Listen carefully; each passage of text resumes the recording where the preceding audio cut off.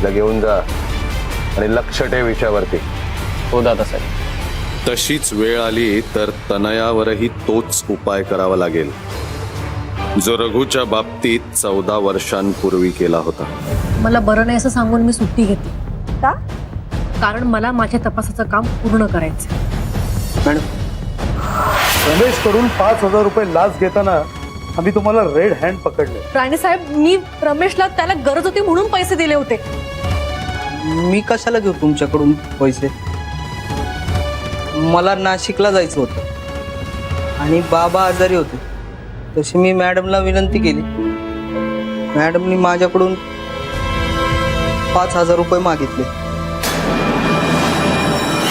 तू केलेल्या गुन्ह्याची लेखी कबुली आणि माफीनामा हे दोन्ही द्यावे लागतील. दक्षा, तुझ्या बाजूने बोलायला कोणीच थांबलेलं नाही. तू एकटी पडलीस. ती एकटी नाहीये.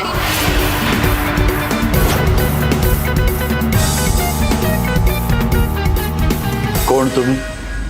मी अस्मिता, खासगी गुप्तहेर.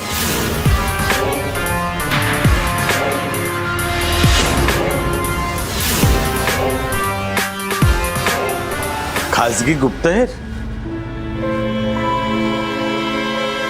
तुमचा काय संबंध आहे? हे बघा अस्मिता मॅडम, सॉरी टू से, हा आमच्या कंपनीचा अंतर्गत मामला आहे. त्यामध्ये बाहेरचा माणूस भाग घेऊ शकत नाही.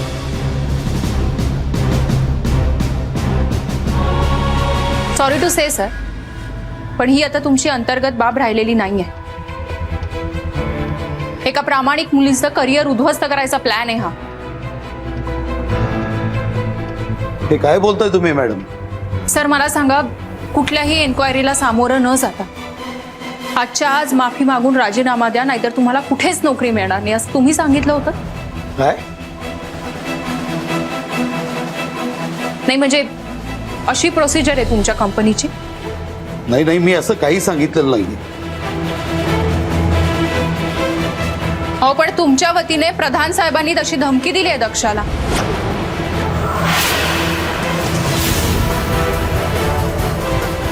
हो ना प्रधान साहेब? प्रधान, होय, काय ऐकतोय मी? खोटं बोलताय त्या. नाही राणे सर, अस्मिता मॅडम खोटं का बोलतील? याने तर पेपर सुद्धा तयार ठेवले होते. हे बघा ना, मीच ते फाडले. सर तुमचा विश्वास बसत नाहीये का माझ्यावर? हे घ्या. हे काय? दक्षाला मदत करण्यासाठी खास तुमच्या सीईओ साहेबांची परमिशन घेऊन आले मी. हे ते परमिशन लेटर.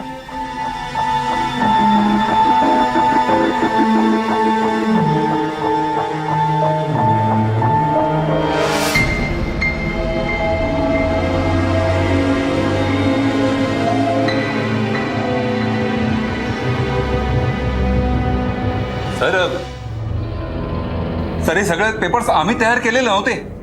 हे सगळं खोटं आहे सर. हो, मग काय दक्षाने घरी टाईप केलेले पेपर इथे आणून फाडले? होय, तर आम्हाला अडचणीत आणण्याचा डाव आहे हिचा. आता हिच्यावरचे आरोप सिद्ध झालेत ना, त्यामुळे ते लपवण्यासाठी मुद्दाम आम्हाला अडचणीत आणते.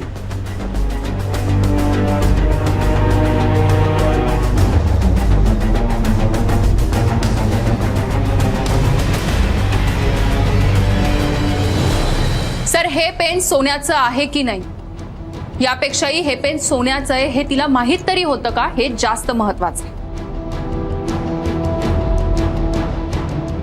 सर मला वाटतं खरं काय घडलंय हे कळण्यासाठी रमेश, श्यामलाल या सगळ्यांना इथे बोलावून घ्यायला हवं.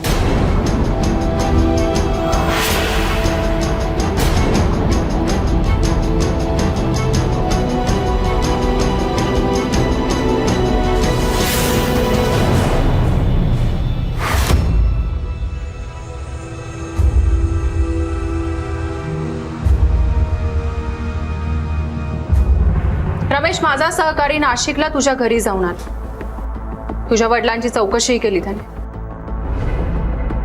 पण तुझ्या बाबांनी असं सांगितलं की दक्षा मॅडमनी तुला मदत केली, तुला पैसे दिले म्हणून तू खूप कौतुक करत होतास तिचं.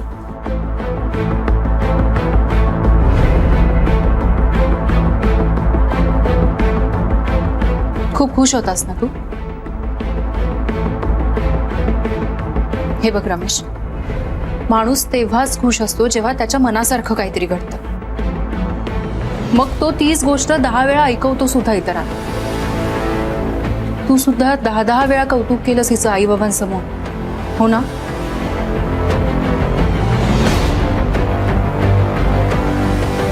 हे बघ, तू तुझ्या बाबांची शपथ घेऊन सांग. दक्षाने पैसे दिले असं तू घरी का सांगितलंस?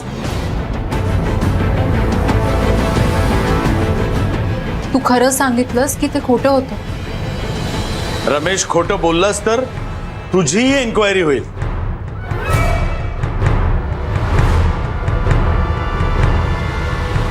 काय व्हायचंय ते होऊ दे,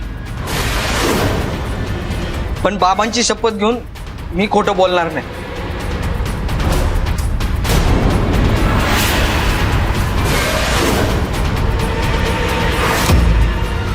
मॅडम, दक्षा मॅडमनी मला 5,000 रुपये उसने दिले होते. त्यांनी माझ्याकडून लाच घेतलेली नाही.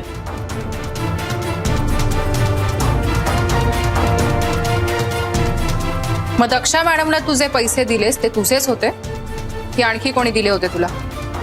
दक्षाताईंना देण्यासाठी पैसे मला प्रधानांनी दिले होते.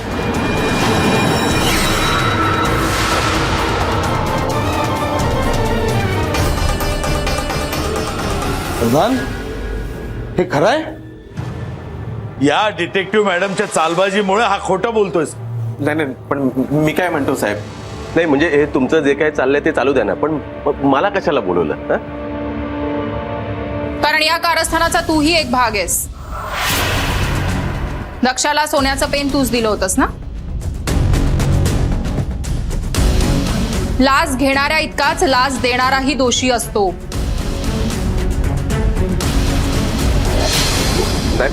आता मॅडम त्यांनी मागितल्यावरती मी दिलं. माझा धंदा आहे तो. असा धंदा करून माणूस मोठा होत नाही श्यामलाल.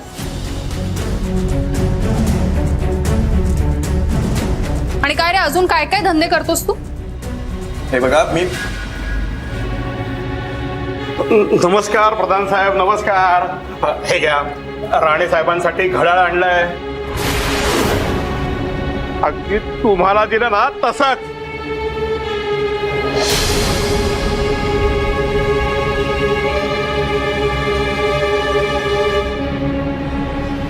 काय झालं? मी सांगते काय झालं. आधी माझ्या काही प्रश्नांची उत्तरं द्या तुम्ही. या कोण? तेही मीच सांगते. मी अस्मिता, खासगी गुप्तहेर. याचा अर्थ ही घड्याळं यांनी विकत घेतलेली नव्हती. काय काय बोलताय तुम्ही? कुणी सांगितलं तुम्हाला? नाही, ते महत्वाचं नाहीये. छगन, आता तुम्हीच सांगा, हे घड्याळाचं काय प्रकरण आहे ते? मला इथून फोन आला होता सकाळी 7:30 वाजता. सकाळी 7:30ला? हो. सकाळी 7:30 वाजता ऑफिसमधून कोणी फोन केला होता? मी केला होता.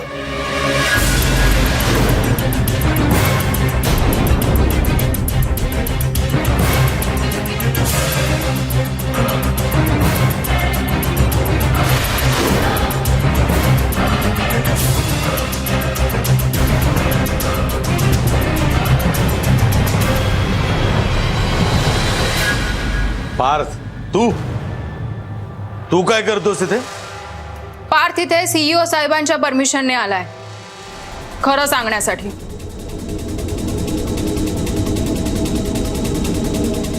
सर, छगन जेव्हा प्रधान, सावंत आणि जोशींना घड्याळ आणि पैसे गिफ्ट करत होता ना, तेव्हा दक्षाने पाहिलं होतं.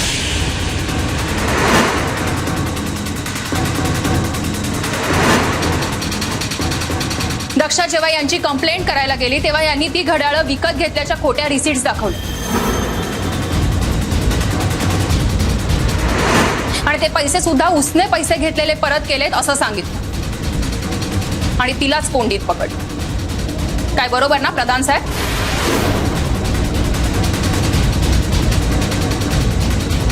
एवढंच नाही तर तिचं तोंड बंद करायचाही प्रयत्न केला यांनी.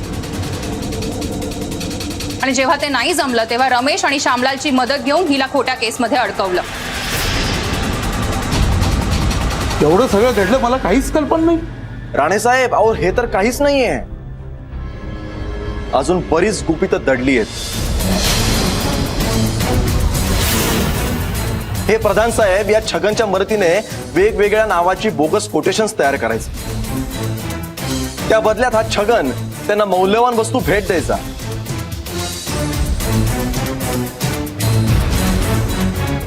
शिवाय तोंड शिवायला पैसेही चारायचा. हे सगळं खोटं आहे. हो का? ज्यांची कोटेशन रिजेक्ट झालेत ना त्या सगळ्या कंपन्या अस्तित्वातच नाहीये. ते सगळे बोगस कोटेशन छगन आणत होते. तसे पुरावे आहेत आमच्याकडे. छगन, तू आम्हाला फसवत होतास? आता हे सगळं माझ्या एकट्यावर काय आणताय? ते आजपर्यंत पैसे आणि गिफ्ट घेतलेत ना तुम्ही? म्हणजे तुमच्यावरचे सगळे आरोप खरे आहेत. तुम्ही एकमेकावर ढकलताय आणि मला याबाबत काहीच कल्पना नाही. एवढंच नाही राणे सर, कस्टमर कंप्लेंटच्या बाबतीतही करप्शन सुरू आहे. ही लोक कस्टमर कंप्लेंट परस्पर फिरवतात आणि कस्टमरना कंपनीच्या ऑथराइज बॅटरीज देण्याऐवजी या श्यामलालनी सप्लाय केलेल्या स्वस्त दरातल्या बॅटरीज कस्टमरला देतात. पण कस्टमरनी कंप्लेंट नाही केली आणि पाणी फिल्टर होण्याची सिस्टीम जर प्रॉब्लेमॅटिक होती तर ऍक्शन का घेतली नाही? पाणी फिल्टर व्हायचं पण पूर्णपणे निर्जंतुक होत नव्हतं सर. त्याच्या बॅटरीजही लवकर संपायच्या. कस्टमरच्या ही गोष्ट नाही लक्षात यायची. समजा एखादी कंप्लेंट आलीच तर ती दडपली जायची. सर या सगळ्या विरुद्ध मी आवाज उठवला. म्हणून या सगळ्यांनी एकत्र येऊन आज जसं दक्षला अडकवलंय ना तसं मला अडकवलं होतं.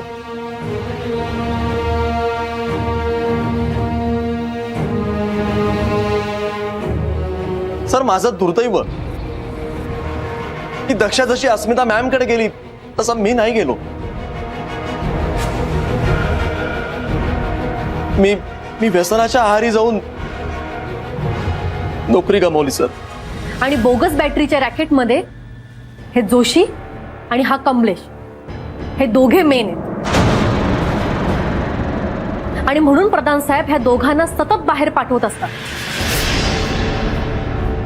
हे सगळं खोटं आहे.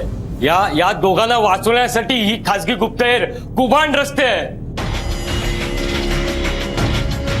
होय, सगळ्यांना प्रेशराईज करून ही डिटेक्टिव्ह मॅडम खोटं बोलायला लावते.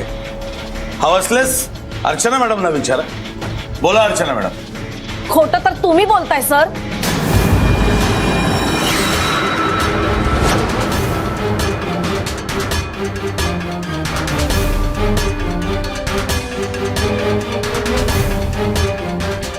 आजपर्यंत कधी तोंड नाही उघडलं मी, पण आज नाही गप्प बसणार.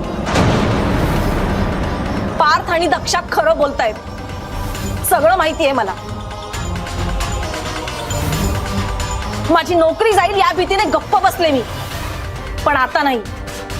दक्षाचं हे माफी पत्र, कबुली जबाब हे यांनीच टाईप करून घेतलंय माझ्याकडून.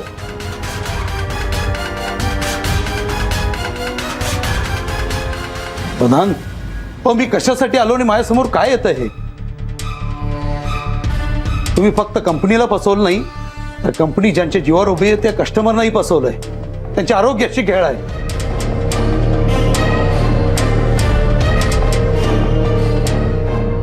थँक्स अस्मिता मॅडम, दक्षा, पार्थ, तुमचंही थँक्स.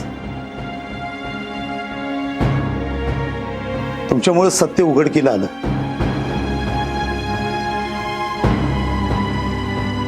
आता यांना शिक्षा ही व्हायलाच हवी आहे आणि तीही कायद्याच्या भाषेत.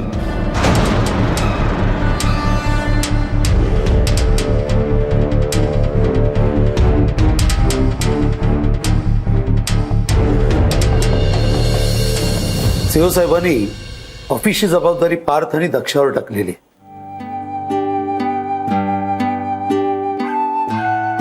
तुमच्यासोबत आता नाईक सारखी प्रामाणिक माणसं असतील.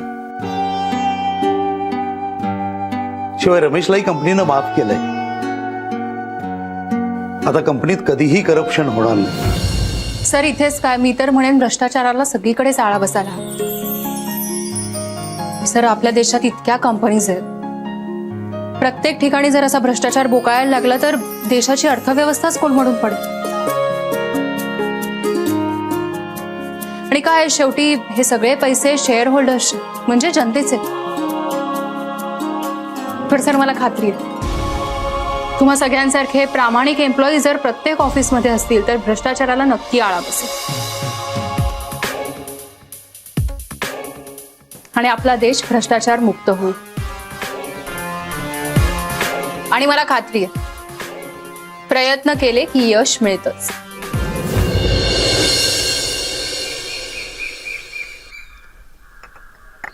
अस्मिता, त्या ऑफिस मधल्या चौघांना तू अद्दल घडवलीस हे फार छान केलंस. ऑफिसमध्ये बायकांना टार्गेट करणं, त्यांना कमी लेखून प्रेशराईज करणं, अशांना धडा शिकवलाच पाहिजे. हो, पण हे क्रेडिट फक्त माझं किंवा माझ्या टीमचं नाहीये. दक्षाने माझ्यावर पूर्णपणे विश्वास ठेवून निर्भयपणे लढा दिला ना, म्हणून हे शक्य झालं. मी पण आज राधाच्या नवऱ्याची चांगली शाळा घेतली. शाळा घेतली का? काही नाही, मुलीला शाळेतून काढायला निघाला होता. म्हणे मुलींना शिकून काय करायचंय, चांगलाच दम दिला त्याला. मग ऐकलं गुपचूप. नाही, तुम्ही दम दिलाय म्हणजे ऐकणारच. पण काय काय दम काय दिला तुम्ही? त्याला सांगितलं जर पुन्हा मुलीला शाळेत घातलं नाहीस तर अस्मिताला सांगितलं. ही अडाणी माणसं अशीच असतात ग, मुलींची किंमतच नसते यांना. नाही आहे, अगदी तसंच काही नाही. म्हणजे मुलींना कमी लेखून फक्त मुलांनाच महत्व देण्याची ही वृत्ती सुशिक्षित घरात सुद्धा दिसून येते. खरंय. बरं, आता अभि आला ना की एक मिनिट आई, मला जरा निघावं लागेल. अगं अस्मिता, एवढ्या घाईत कुठे निघालीस? बरं, परत किती वाजेपर्यंत येणार आहेस? मी फोन करून सांगते ना तुम्हाला. हा, मी आता पळते.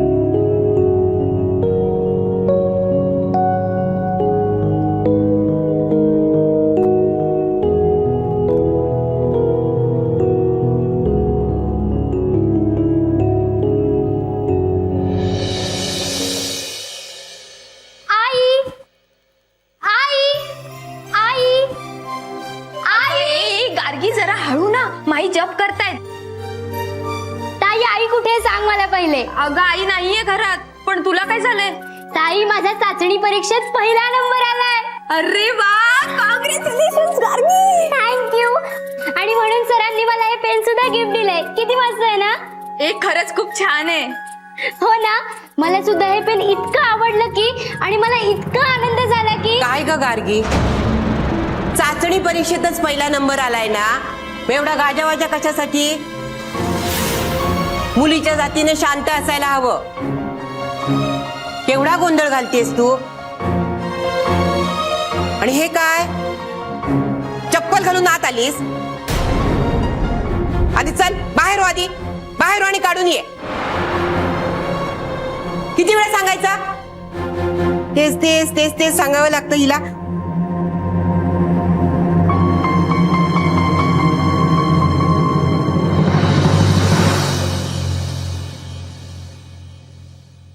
ए गार्गी, आलेला टीव्ही काय ग? बघू दे ना ग ताई. हा, तुला हवं तेवढा वेळ राहा तू. हा आवडीचं काम करतेस ना. अगं बाळ यायला अवकाश आहे अजून. हो आम्ही आहोत की काळजी घ्यायला. गार्गी? अरे हो, जरा. तुला सांगून काही उपयोग होत नाही ना. आल्या आल्या टीव्ही लावून बसलीस. मुलीच्या जातीला काही शिस्त हवी की नको? माई बघू दे ना, गरीब घरातल्या कलेक्टर झालेल्या मुलीची मुलाखत दाखवणार आहेत. काल सुद्धा मला चिरागमुळे बघता नाही आलं. अगं पण काय करायचंय तुला ते बघून? काय करायचंय? मुलीने लग्न करायचं आणि संसार करायचा. तिला कशाला पाहिजे कलेक्टर व्हायला? आणि ते दप्तर उचल आधी. उचल ते दप्तर. उचल आणि आत ठेव. हो उचलते माई. तू कशाला? तू तिचे जास्त लाड करू नकोस हा, सांगून ठेवते.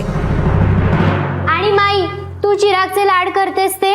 माई माई तोंड वर करून माई. बोलतेस मला. माई युनिट टेस्ट मध्ये माझा सेकंड रँक आलाय. काय? हो. दुसरा नंबर आला? अगं यमुने, यमुने देवासमोर साखर ठेव बाई. आत्ता ठेवते माई. माझा नातू खूप शिकून मोठा होणार आहे.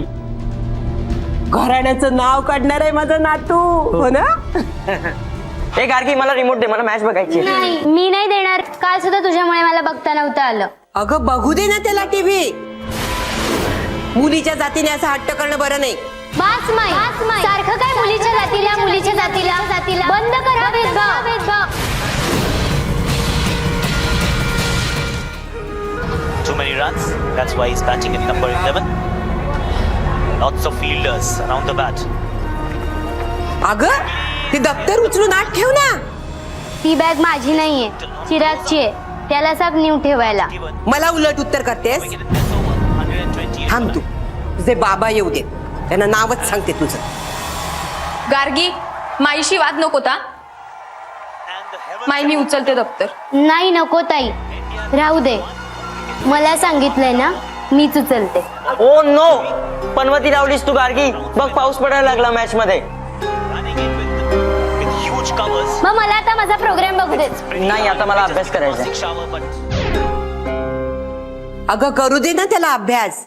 जा रे बाळा, हात पाय धुवून घे आणि खाऊन घे काहीतरी. हो. हं? हे काय शूज काढले नाही सजून? जा बाहेर काढून घे.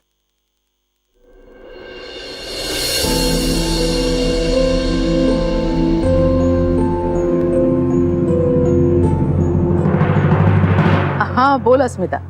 सॉरी आई, पण मला अर्जंटली जावं लागेल आता.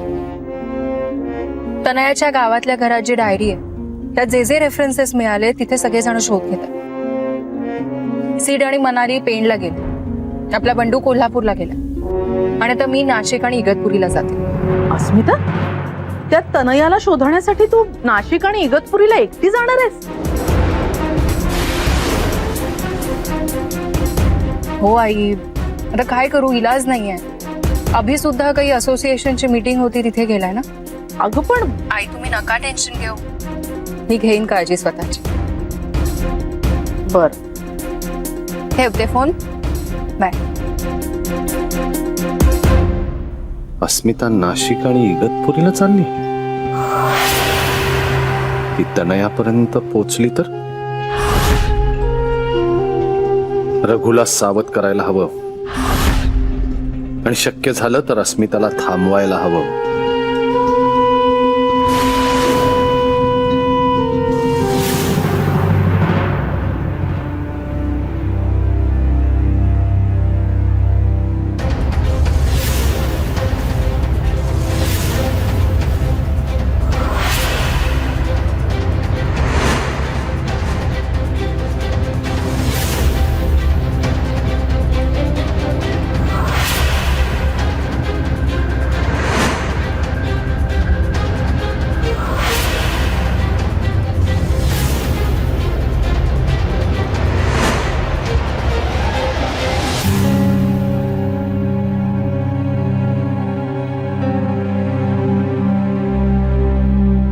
माहितीये मृणाल काकू याची वेळ झाली ना म्हणून अभ्यासाचं नाटक करतोय.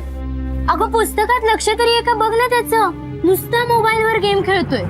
अगं जाऊ दे ना गार्गी, तू कशाला मूड खराब करतेस. आणि आज वाढदिवस आहे ना तुझा, अगं ताई, पण माझ्या वाढदिवसाशी कुणाला घरात घेणं देणं आहे का? माई पण पाहिलंस ना कशी ओरडली ते. किमान आजच्या दिवशी तरी. गार्गी, तू माई ओरडल्या म्हणून काय झालं? आणि विसरल्या असतील का त्या? ए ते जाऊ दे गार्गी, हे बघ ना.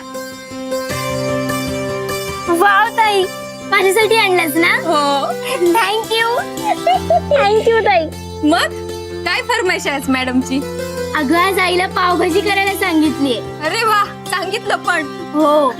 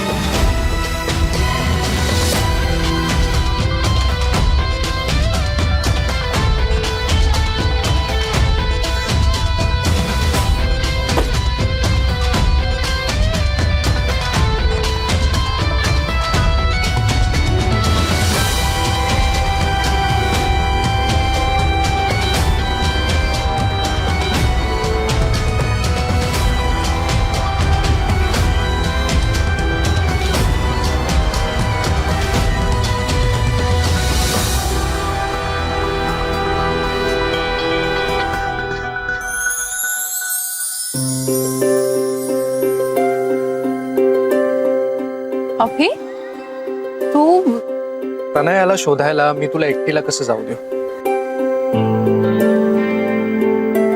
सांगितलं होतं ना तुला, मी येणार तुझ्यासोबत. थँक्स प्रकाश. ओके यार, वेलकम. जा, बाय. निघायचं?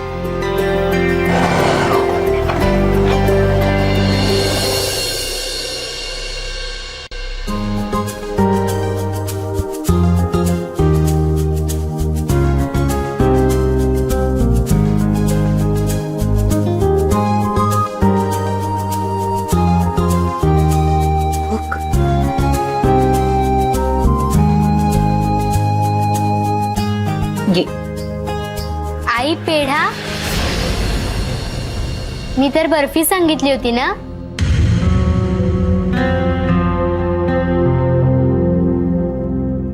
तुला आवडेल बाळा, खाऊन तर बघ. घे घे घे. आई, पण पेढा का आणलास, बर्फी का नाही आणलीस? तुला माहितीये ना मला बर्फी आवडते. तू सगळ्यांना नमस्कार कर, तोपर्यंत मी जेवणाचं बघ. हा आरती, अगं चिरागला दे ना पेढा. त्याला पेढा किती आवडतो तुला ठाऊक नाही का? हो ना. मग दे. शाबास, खा रे. गार्गी, तुझं गिफ्ट. अरे वा. थँक्यू काका. वेलकम. उघडून बघ ना ग, उघडून बघ. Wow, pen. आवडलं? काका किती छान आहे, मला खूप आवडलं. थँक्यू काका. ए गार्गी, हे माझ्याकडून. थँक्यू ताई. ए माझं पण गिफ्ट ओपन करून बघ ना.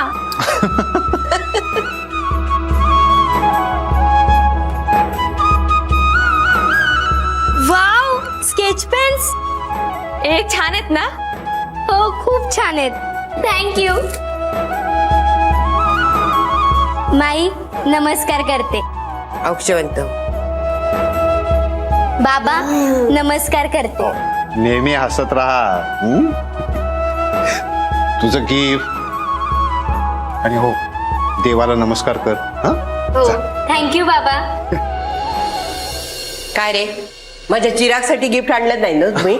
अगं माई, वाढदिवस गार्गीचा आहे. कुठे गेली ही? हे बघ. ये बाळा बस घे.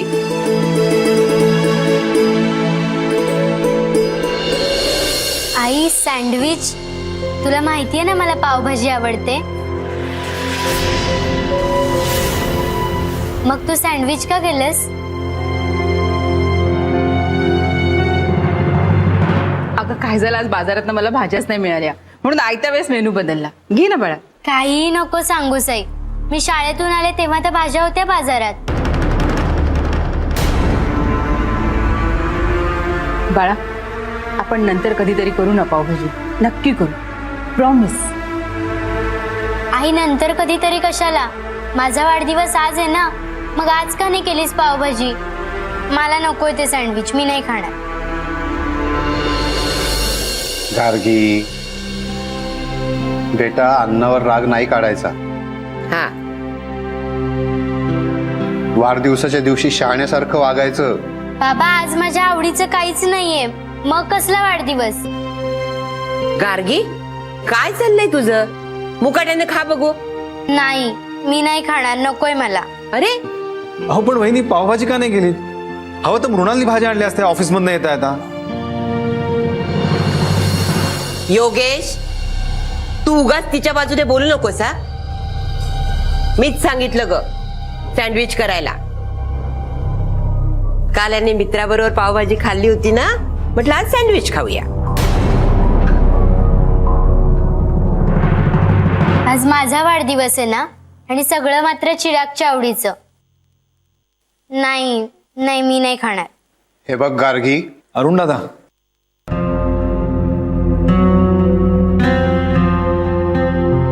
खा खाते.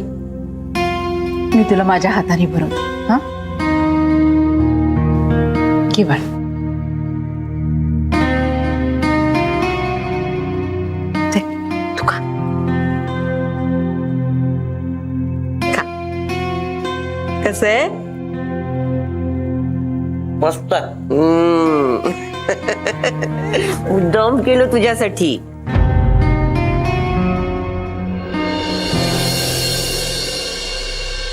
वाढदिवशी धड जेवली नाही. गार्गी तू पण जरा समजुतीने घ्यायला पाहिजे. मुग्धा बघ बरं कशी समजुतीने वागते.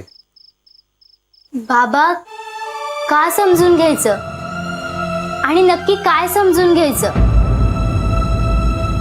माझ्या वाढदिवसाला चिरागचे लाड होतात हे समजून घ्यायचं, की त्यांनी पावभाजी खाल्ली म्हणून मी सँडविच खायचं हे समजून घ्यायचं? गार्गी ऍडजस्ट फक्त आम्हीच करायचं का? हो तुम्हीच करायचं, कारण तुम्ही मुली आहात. मुलींना ऍडजस्ट करून घ्यायची सवय ना लहानपणापासूनच लावून घ्यायला हवी. आमच्या पोटी दोन्ही मुलीच जन्माला आल्या. नशीब आमचं आणि तुमचंही. नशीब? बाबा यात नशिबाचा काय संबंध आहे? आणि मुळात मुला मुलींमध्ये असा भेदच का? आज पण पाहिलंच नाही, चिरागला पेढे आवडतात म्हणून माईंनी पेढे आणायला लावले. अगं गार्गी, पेढा काय आणि बर्फी काय दोन्ही गोडच लागतं ना. हो पण हे दरवेळी आम्हालाच का सांगितलं जातं, चिरागला का सांगितलं जात नाही? हे बघ गार्गी, बस झालं तुझं आता. आधीच ऑफिसच्या कटकटीमुळे डोकं दुखतंय माझं.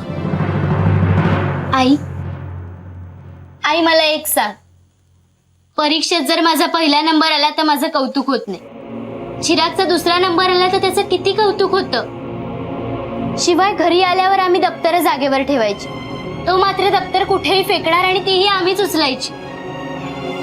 शिवाय टीव्हीवर काय बघायचं हेही तोच ठरवणार. असा अन्याय का आमच्यावर? जर का तू मुलगा असतीस ना तर हे सगळं तुझ्या नशिबी नसतं आलं बाळा. आई तू सुद्धा हेच बोलतेस? आणि आई पटतंय तुला हे सगळं? मुली म्हणून जर असाच भेद करायचा होता तर जन्मालाच का घातलं आम्हाला? गार्गी खूप झाला तुझं आता.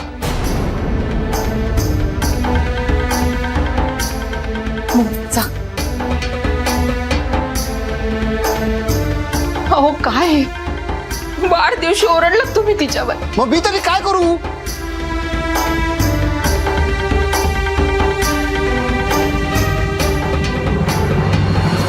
सॉरी. माईलाही नातवाचंच कौतुक जरा जास्त आहे,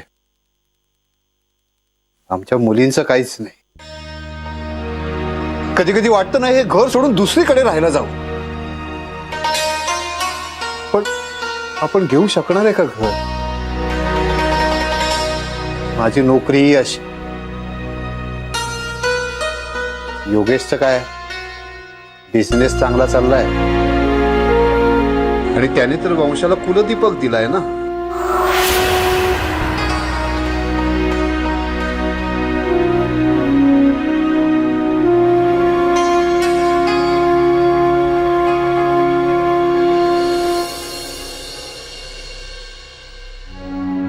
हे बघ गार्गी, मला ना आता ह्या सगळ्याची सवय झाली आणि आता तू पण करून घे. कारण ना तुझ्या अशा वागण्यामुळे तुझ्या बरोबर आई बाबांना पण तितकाच त्रास होतोय ग. पण ताई प्रत्येक वेळी हळू जरा.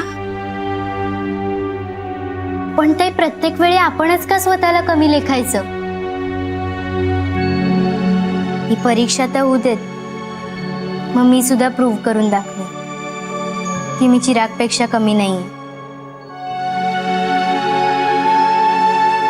एक मिनिट गार्गी, या त्याच परीक्षेच्या नोट्स वाचतेस ना? हो. गार्गी, तू पण या परीक्षेला बसलीस हे घरी कळलं तर? कळलं तर कळू देत. ताई परीक्षेलाच तर बसलीये ना, चोरी नाही ना करत आहे. अगं पण ताई, तसंही आमची शाळा आणि या परीक्षेचं सेंटर दोन्ही वेगवेगळ्या ठिकाणी. तू काळजी नको करू.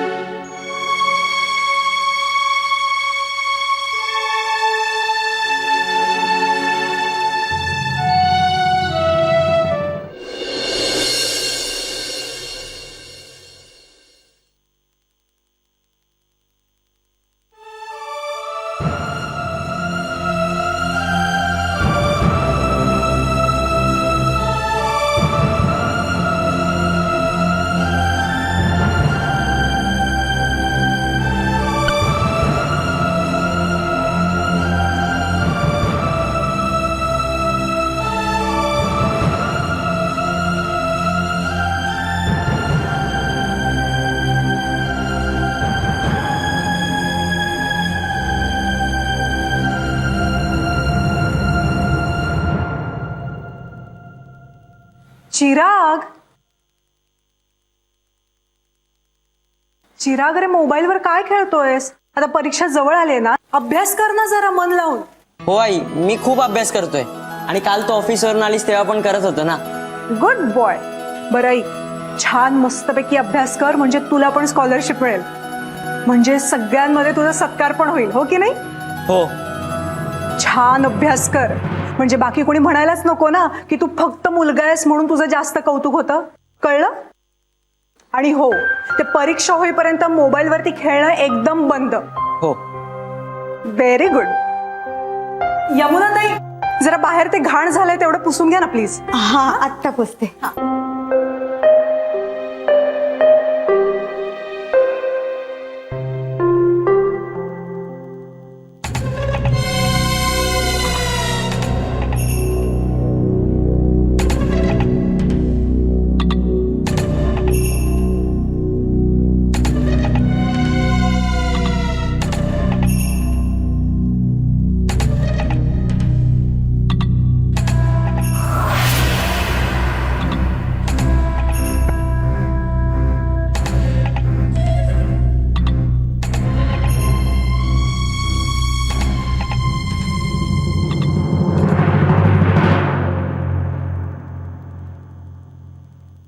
अरे आली ही भाजी घेऊन.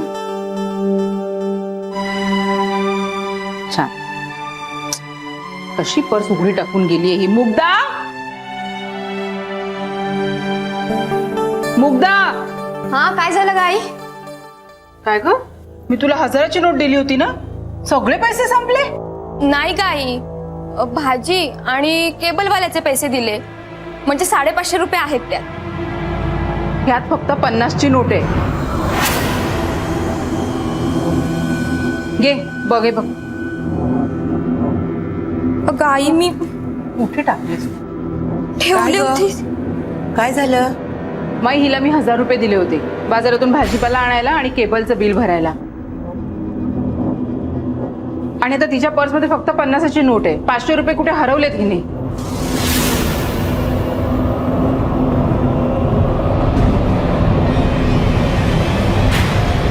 माई मी नोट नाही हरवली ग. तूच धानरटपणाने कुठेतरी टाकले असशील.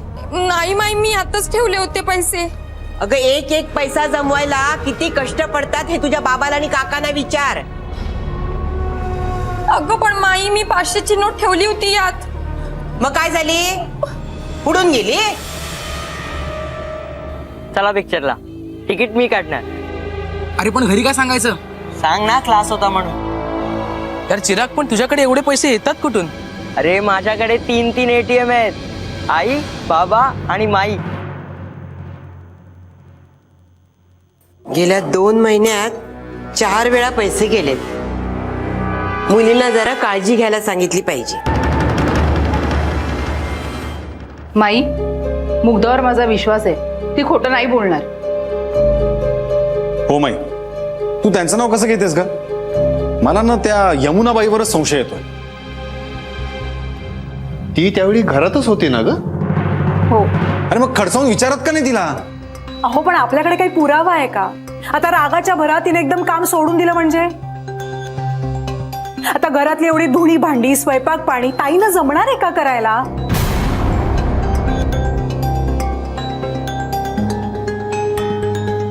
म्हणजे मी सकाळी जाऊन संध्याकाळी येते ना, म्हणून. यमुनावर लक्ष ठेवाच, पण आधी त्या मुलींवर. माई, तू सारखं सारखं त्यांच्यावर संशय का घेतेस ग? मी कुठे त्यांच्यावर संशय घेते? त्यांचं नाव का घेतेस तू? हो, हळू. मुलं झोपलेत आतमध्ये. आणि माई काही मुलींवर संशय नाही घेते. हा, पण आता सगळ्यांनाच माहितीये ना की गार्गीच्या मनात चिराग विषयी किती अढी निर्माण झाली, म्हणून कदाचित. मृणाल, गार्गीच्या मनात चिराग विषयी कुठली अडी नाहीये. उलट त्या दिवशी आरती,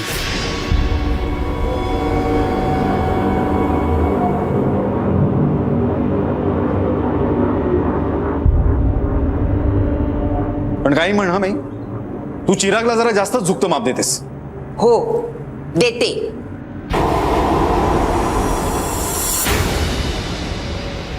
मग ठेवा मुलींवर पाळ. अरे अरे दादा, अहो, तुम्ही दोघं नका यात पडू. आता हे कसं हँडल करायचं ना, ते आम्ही दोघी बघतो. हो की नाही होत आई?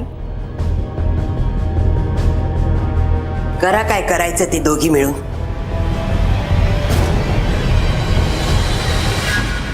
माझ्या मुली असं करणार नाहीत याची खात्री आहे मला. पण त्या करत असतील तर ते थांबायला हवं, आणि नसतील करत तर ते सिद्ध व्हायला हवं. पण कसं करू ते?